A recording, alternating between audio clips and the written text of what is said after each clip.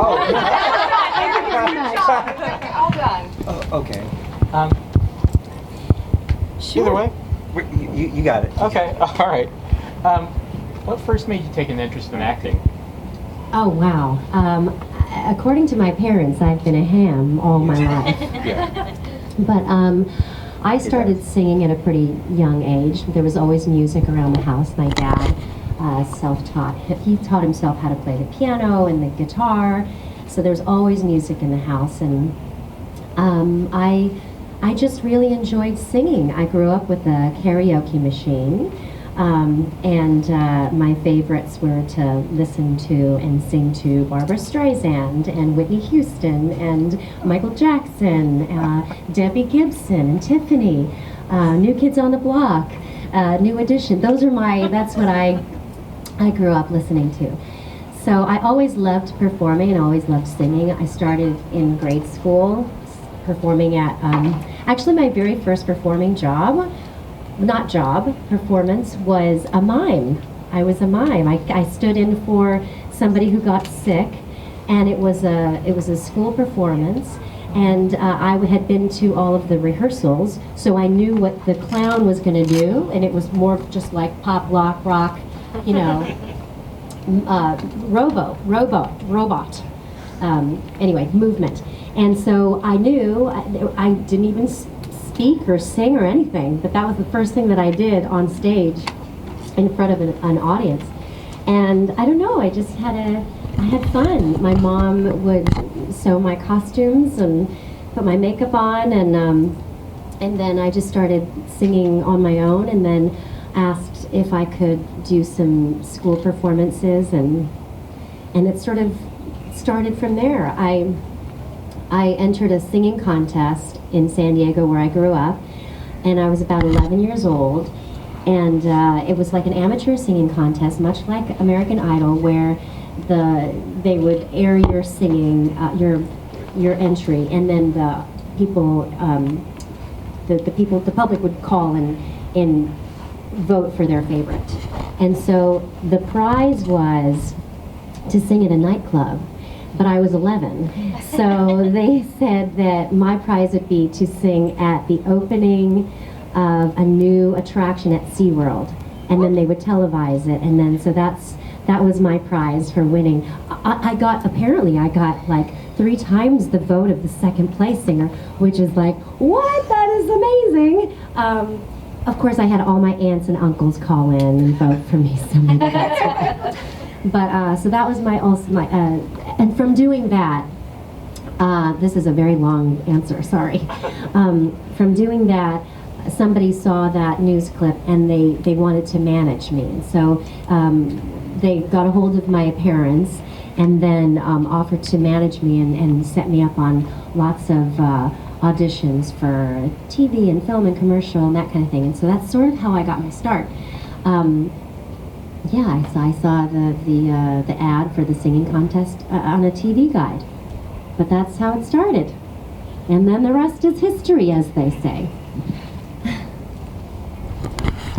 So as far as all the characters that you've voiced so far, which one do you think is closest to your personality? Well, you know, I only did one other voiceover before Pearl. And that was one of the princesses in The Princess and the Pea. It was, it was for HBO, Happily Ever After. Oh, the HBO, The Times. Yeah. I know what you're talking about. You know what it is, I do. And I can't remember the name of it. The little animated shorts. Yeah. Yes. Yeah.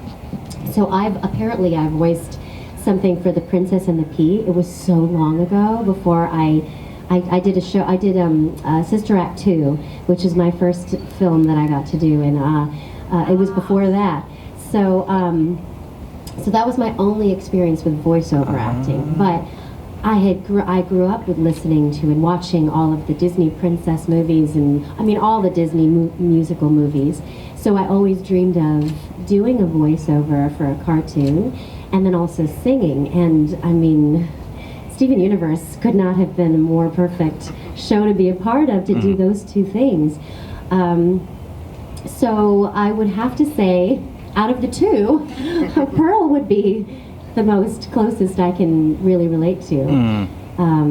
Mostly because she's so, paternal to Stephen and the other gems. I naturally, I guess, is very motherly type, and I am also a mother of 2 boys, so it comes very easy to me to love on Stephen, aka Zach.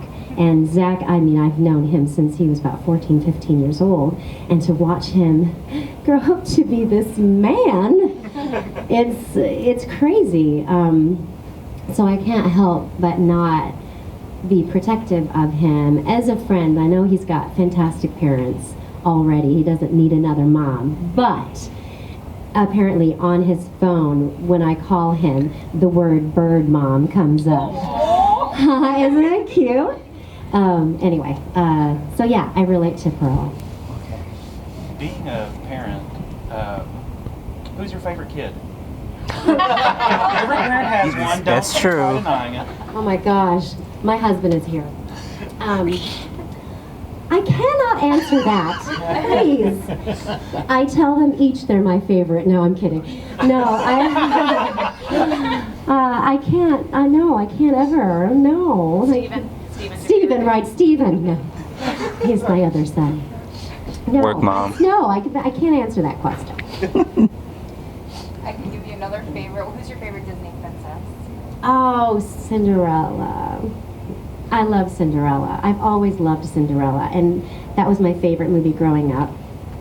And I love her songs too. Gosh, there's so many. There's so many, and some of them don't really. They're not princesses, but Princess Jasmine. I was able to actually play at Disney California Adventure theme park. Oh, sweet. I played Jasmine in the Aladdin musical Spectacular at the Hyperion Theater, so I got to originate that role there. So that was super fun. So just by listening to you talk, You look amazing, Thank by you. the way. Yeah. I can just close my eyes and just see Pearl. So were there like any prep you had to do? Because like you're just using your natural voice for Pearl, right? So was there like any prep that you had to like use other voices, or you just went in and was like, I'm just going to use my voice? Well, I was instructed to before, when I got the audition, I was instructed to just use my natural voice for that character. And they wanted the character to, I say they, I mean, I'm assuming it's Rebecca and her team. She wanted to have natural voices, and she wanted to be able to have all of her characters sing. So what we had to do for the audition was listen to the recording of Rebecca singing the theme song, and because I love Rebecca's voice from the get-go. I'm like, she's just is amazing. Musician, songwriter, performer, writer, artist. Yeah, she's like a magical unicorn. But I tried to emulate her voice. I tried to sing like Rebecca. Of course, it doesn't matter what I do, I'm going to sound like myself. But yeah, so we all had to sing the theme song, and I tried my best to do all of the inflections as Rebecca, just because I just loved her voice so much. And then from that audition, she made her decision, and I actually auditioned for Sadie and Pearl originally, and she chose me for Pearl. So yeah. So yeah, no real prep. I just was told to have use my natural voice. Yeah. How did you know when Stephen was like big? Well, some people ask too. They're just like, did you have any? Did you ever think that this show would blow up to be so popular?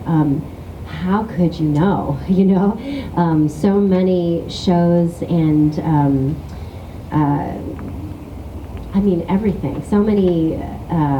Well, I guess I should say shows, but like, you know, there are so many things that are created, and there's no telling how the audience is going to react.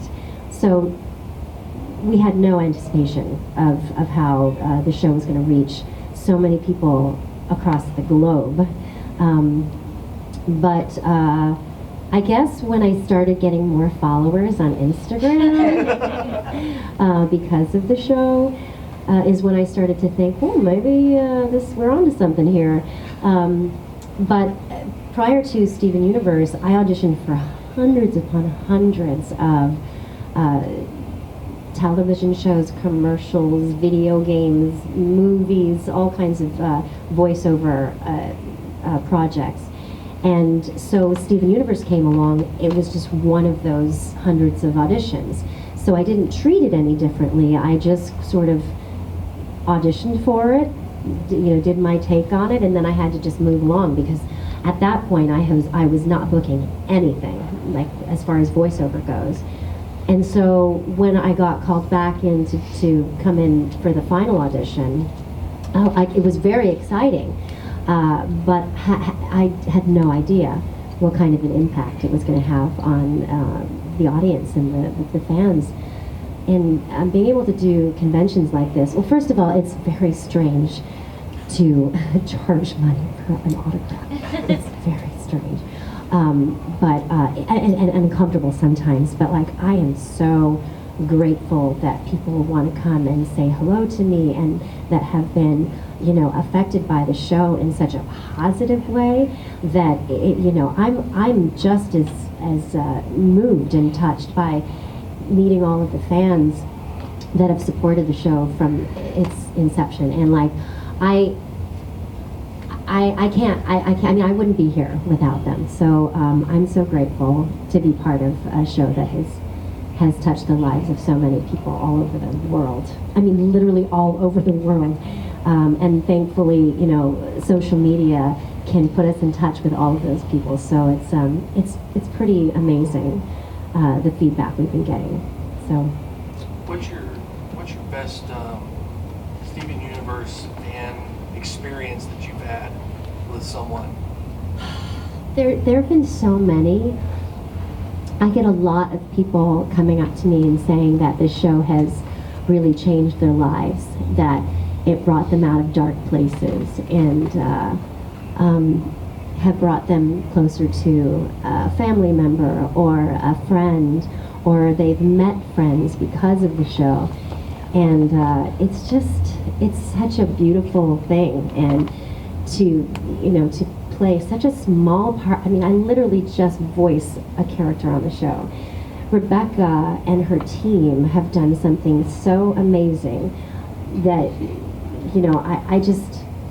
I'm so in awe of her talent, and the fact that she was the first female to launch a show on Cartoon Network is already an amazing feat. And and the fact that the show has so much representation. I get a lot of people because I'm Filipino. I was born in Portsmouth, Virginia, but my parents are from the Philippines, and the show actually had one of the characters bake an ube roll, which is a Filipino dessert, and to have that kind of representation on a cartoon is kind of like mind-blowing. So a lot of fans from the Philippines or of Philippine descent are just like, thank you so much. I actually have characters that I can relate to, and a show that I can have this connection to from my heritage, and it's just so beautiful. But I'm